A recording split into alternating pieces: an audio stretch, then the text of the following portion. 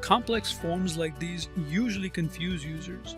They need guidance as they are filling out forms like these to fill it successfully.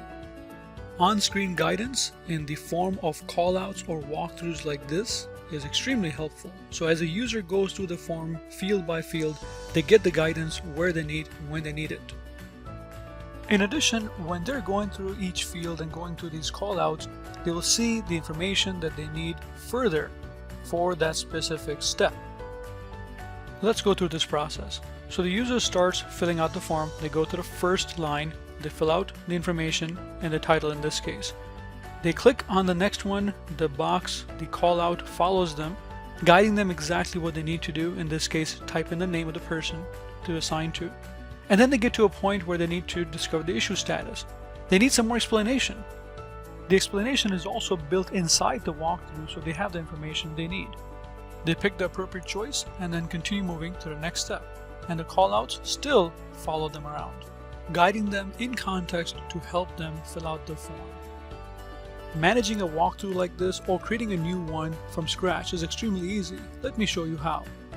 In edit mode, I'm going to click on edit to go into the walkthrough builder. Within the walkthrough builder, the steps are laid out sequentially so you can easily manage the information and also the placement of each of the bubbles on the page. So for example, in this first step, I'm going to go ahead and change the information a little bit in the title and then click on the preview to show you how it's changed easily right there. Let's make another change. So instead of the bubble pointing to where it is right now, we're going to have it pointed to a different place on the form. I'm going to use the target element selector. Currently it's selected the title. I'm going to clear that and select the due date just for an example. I'll click on use it and now the target element is different. Also the placement of the bubble, I'll say let's make it on the top. And when I click on preview, here it is. Now the bubble is on the top of the element.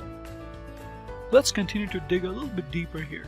I'm going to go through this walkthrough help item, the properties of it.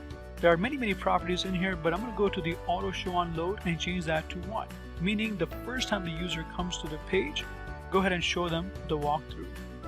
We can also change the auto show after date. So in this case, after November 24th, it's going to show the first time the user comes to the page. This is really important when a new release or new change has been made to the process. So this is just one example of how users can be guided using walkthroughs and on-screen guidance to help them fill out complex forms using VisualSP.